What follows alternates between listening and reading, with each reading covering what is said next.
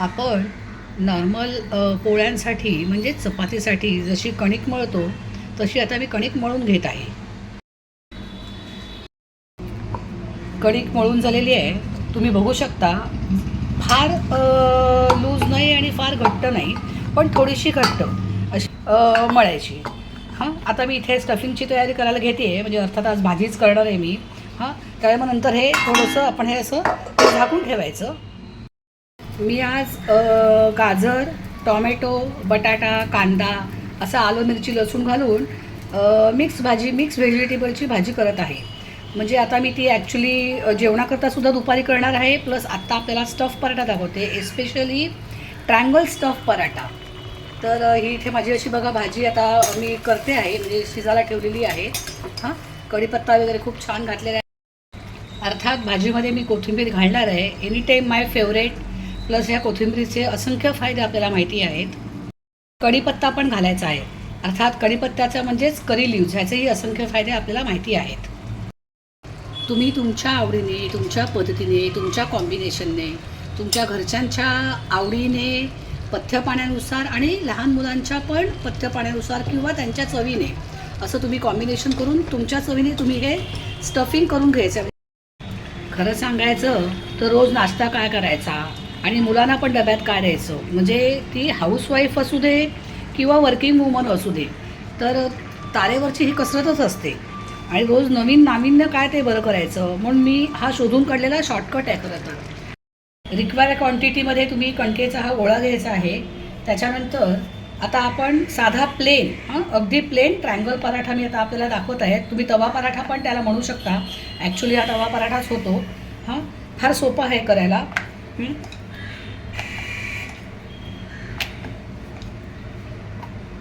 आता नॉर्मलप्रमाणे जर का तुम्हाला हे करायचं असेल, हां, तर तशी तुम्ही नॉर्मल त्याची गोल पोळी लाटून घेऊ शकता. सुरुवातीला फार अति पातळ नाही आणि अति जाडी नाही. तुम्ही बघू शकता. आता व्यवस्थित चांगली गोल मोठी पोळी केली आहे. हा तुम्ही लेअर बघू शकता. अति पातळ नाही आणि अति जाडा नाही, तर नॉर्मल थिकनेस त्याचा आला पाहिजे. हां, कारण आपल्याला ती व्यवस्थित भाजायची पण आहे नंतर. तर हे असं छान करून घेतल्यानंतर आता आपण ट्रँगल पराठा करतो आहे, त्याच्यामुळे फार इझी आहे करायला. हे बघा, हा एक लेअर असा इथे इथे इथे हे प्रेस करायचं अलगद हाताने. हां, नंतर हा दुसरा लेअर इथे असा प्रेस केला. म्हणून तुम्हाला ज्या आकाराचा ट्रँगल पराठा करायचा आहे त्या साईडची गोल पोळी मोठी लाटून घ्यायची. हां, आता ही विथ लेअर्सची सोडा. आणि मग आता हा जो तिसरा पोर्शन आहे तो आपण इथे असा करून स्लाइटली हलक्या हाताने प्रेस करायचा. झाला की नाही छान ट्रँगल. हां, आता हे बघा, आता हाच फक्त थोडंसं अगदी हलक्या हाताने, अगदी हलक्या हाताने फक्त तिन्ही बाजू, म्हणजे फार जाडा नाही कारण आपल्याला तो करायचा आहे. थोडासा असा लाटून घ्यायचा, थोडासा अगदी अगदी अगदी हलक्या हाताने, अगदी हलक्या हाताने हे थोडंसं प्रेस करून घ्यायचं. म्हणजे फार अति जाडा नाही. सगळ्या कडा छानपैकी तव्यावर भाजल्या पण जातात. हा बघा, आता हा आपण केला ट्रँगल पराठा. शिजलेली आहे. आता त्यातली थोडीशी भाजी मी या स्टफ पराठा आपण करणार आहे ना, म्हणून थोडीशी भाजी मी काढून घेतली आहे. ती आता जरा वेळ गार होऊ दे. भाजी गार झाली की मी ती मग नंतर मिक्सरमधनं काढणार आहे. तेव्हा आता आपण केलेलं आहे, तर मी गॅस बारीक करते आहे. आणि मग आता हा पराठा आपण त्याच्यावर छानपैकी दोन्ही साईडनी आपण नॉर्मल पोळी कशी करतो तसा तो आपण शेकून घ्यायचा आहे. बरोबर. हां, आता एक बाजू झाली की हे बघा, मी शक्यतो लोखंडाच्या तव्यावर करते. आपण नॉनस्टिक तव्यावर केलं तरीसुद्धा चालू शकतं. आणि शक्यतो मी घरचं तूप वापरते, म्हणजे जे घरचं साजूक तूप असतं. साधारण दोन्ही बाजूनी हे झालं थोडासा नॉर्मल जसे आपण पोळी करतो म्हणजे चपाती करतो, तर दोन्ही बाजूनी शेकून घ्यायचा व्यवस्थित तो. आता छान सुंदर तवा पराठा मी घरच्या घीमध्ये केला आहे. तुम्ही बटर वापरू शकता. किंवा त्याच्यावर त्याच्यानंतर चीज घालू शकता, जसं तुम्हाला मुलांना आवडीला असेल तसं. आता तुम्ही तो प्रेझेंट करताना मी जस्ट तुम्हाला दाखवते बघ हां, की ह्या इकडे कट करायचा, इथे कट करायचा आणि मग असा व्हर्टिकली कट करायचा. मी शक्यतो हा असाच काय म्हणू शकतो त्याला काविलथा वापरते, की त्याला इथे थोडंसं हा डोशासाठी डोसा परतवायला एस्पेशली हा काविलथा वापरतात. हा तो तुम्ही वापरू शकता, म्हणजे वेगळी सुरी वगैरे घ्या असं होत नाही. आता ही भाजी गार झालेली आहे, ती आपण आता मिक्सरमधनं स्मॅश करून घेऊ. म्हणजे फार अति स्मॅश नाही करायची, पण कुटकुटीत स्मॅश करून घेऊ. मी मिक्सर एकदाच फिरवणार आहे. त्याप्रमाणे हा तुम्ही कणकेचा गोळा घ्यायचा आणि जेवढा तुम्हाला ट्रायंगल पराठा करायचा आहे, मगाशी मी आपल्याला दाखवलं तसं आपण एक मोठी अशी गोल पोळी लाटून घ्यायची. अति पातळ नाही लाटायची, अशी एक साधारण गोल पोळी लाटून घ्यायची. साधारण पोळपाटच्या आकाराची लाटली तरी सुद्धा चालेल, कारण आता आपण ट्रायंगल पराठा करत आहोत. हां, तुम्ही थिकनेस बघू शकता, अति पातळ नाही आणि अति जाडं पण नाही, कारण का ती व्यवस्थित बेक पण केली गेली पाहिजे ना, आपल्याला पोळी भाजली गेली पाहिजे ना. हां, आता ही मी जी भाजी केली होती ती मी मिक्सरमधनं आपल्याला म्हटलं तसं काढून घेतलं आहे. त्याच्यात शक्यतो पाण्याचा अंश नसावा, थोडी खुटखुटीतच असावी. हां, ती आता मी इथे अशी हां आता आपण स्टफ पराठा करत आहोत. हां, स्टफ पराठा करतो आहे. पुरणपोळीसारखा स्टफ पराठा केला तर तो खूप वेळा फाटतो. ते जे सगळं सारण असतं ना, ते सगळं त्या पराठ्यातनं बाहेर येतं, म्हणजे त्या पोळीतनं चपातीमधून बाहेर येतं. हां, तर आता आपण इथे असं छानपैकी सगळं सारण लावून घ्यायचं. हां, मी आता परवा सहज असा पावभाजी पराठा केला होता. आदल्या दिवशी रविवार होता तर पावभाजी केली होती. तर आणि हां, सगळ्यात महत्त्वाचं म्हणजे हे जे आपण स्टफिंग करतो की नाही, हां, ते जेव्हा हे स्टफिंग लावतो ते गार हवं. हां, पूर्णपणे गार थंड स्टफिंग इथे लावायचं आहे. तर हे असं मी सफिशियंटली व्यवस्थित लावून घेतलं आहे. थोडीशी आता मी अशी कोथिंबीर घेते. हां, ती थोडीशी अशी स्प्रिंकल कोथिंबीर करते, तेवढी छान चव येते. आता मी तुम्हाला ट्रायंगल कसा करायचा त्याचा तो दाखवते. हे बघा, हां, ही गोल केलेलं आहे, स्टफिंग लावून झालेलं आहे. हे स्टफिंग गार आहे.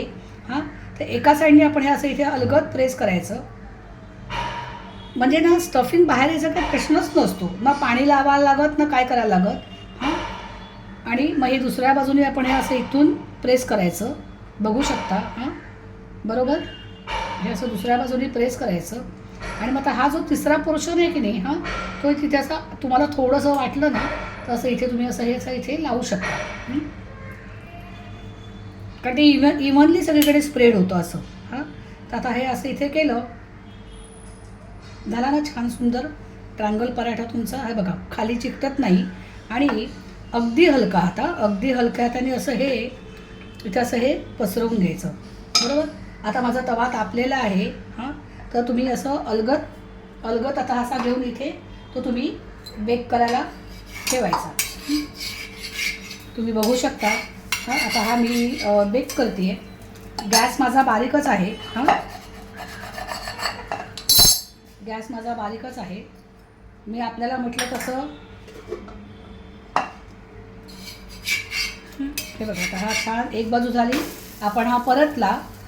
दुसरी बाजू थोडासा मी गॅस मोठा करते, दुसरी बाजू पण थोडीशी होऊ दे, कच्चा राहता कामा नये. हां, तो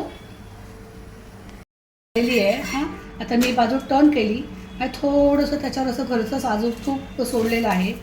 तुम्ही छानपैकी बटर लावू शकता. हां, बरोबर. आणि जर का समजा घरी कोणाला कोलेस्ट्रॉलचा प्रॉब्लेम असेल, बरोबर, हां, तर शक्यतो ह्याच्यावर हा नुसता प्लेन भाजून घ्यायचा. हां, आणि हे मी मुलांकरता म्हणून दाखवते. तर मग हा असा खाली उतरल्यानंतर त्याच्यावरनं तुम्ही हवं तेवढं तुम्ही तूप सोडू शकता. बरोबर, म्हणजे कोलेस्ट्रॉल थोडंसं कंट्रोलमध्ये राहायच्या दृष्टिकोनातून. की हा बघा ना, पटकन छान सुंदर ट्रायंगल पराठा, स्टफ पराठा तुम्ही बघू शकता. कुठेही अक्षरशः कुठेही म्हणजे कुठेहीच तो बघा ना, कुठेही फाटला नाही, कुठे त्यातलं सारण बाहेर आलं नाही. तर मी मगाशी आपल्याला म्हटलं की जरा बारीक गॅसवर तो व्यवस्थित होऊ दे. हां, तर आता आपण बघू शकता की हे बघा किती छान सुंदर असं. हां, कुठेही लीक होत नाही, कुठेही हे होत नाही. तर मी परवा आपल्याला म्हटलं की मी रविवारी पावभाजी केली होती आणि त्यातली पावभाजी उरली. मग मी ती सकाळी चहा वगैरे करत असताना बाहेर काढली आणि असंच आता हे फक्त हे थंड, हा परत एकदा सांगते, हे थंड. तर मला खूप जणांनी विचारलं की अरे मॅडम कसं काय पावभाजी तुम्ही स्टफिंग केली, मग त्यातनं बाहेर नाही का आलं असं. तर मुद्दामून हा व्हिडिओ ॲक्च्युली एवढ्याकरता केला की ट्रायंगल पराठा आणि त्यातनं तो स्टफ पराठा की तो फार ना डिफिकल्ट जातो करायला. हां, तसाच मी आपल्याला चौकोनी पराठा पण दाखवते. See very easy to make like आणि पटकन होतो.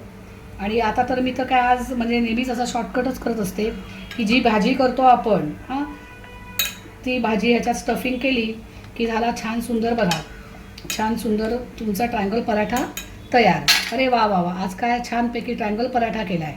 अगदी असं असं होतं. हां, तुम्ही तुमच्या कॉम्बिनेशननी, तुम्ही तुमच्या आवडीनी, मुलांच्या कॉम्बिनेशननी, हां, पनीर, बेबीकॉर्न, मशरूम, नंतर काय त्याला म्हणू शकतो मटार. हां, मी आता ही मिक्स व्हेजची भाजी केली होती, ती स्मॅश करून त्याच्यामध्ये घातली. सॉर्ट ऑफ अ कुर्मा केलं म्हणजे आज मी हे. हां, आणि काय होतं म्हणजे सकाळी बेसिकली खूप घाई असते आपली सगळ्यांचीच, म्हणजे गृहिणींची काय किंवा वर्किंग वुमन्सची काय. तर नाश्ता पण करा आणि 2-2 पदार्थ करा असं प्रत्येक वेळेला शक्य होत नाही. तर हा असा आपला गरमागरम छान सुंदर ट्रायंगल पराठा. हां, मी आपल्याला म्हटलं तसं सर्व्हिंग करताना तो असा इथे कट करायचा, इथे कट करायचा आणि असं व्हर्टिकली कट करायचा. तर असा हा गरम गरम छान सुंदर दोन्ही बाजूने हवं तर तुम्ही त्याला असं हे लावू शकता. तर हा असा छान सुंदर स्टफ ट्रायंगल पराठा. हां, मी आता हा गव्हाच्या पिठाने केलेला आहे. तुम्ही ज्वारीचं पीठ प्लस गव्हाचं पीठसुद्धा ॲड करू शकता. मी आज आता हे दह्याबरोबर देते. तुम्ही सॉस घेऊ शकता किंवा हिरवी चटणी करू शकता. तर असा आपला आता हा छान सुंदर असा ट्रायंगल पराठा तुम्ही बघू शकता. हा बघा किती सॉफ्ट, स्पॉन्जी, टेस्टी, न्यूट्रिशियस, हां, आणि तरीही हेल्दी.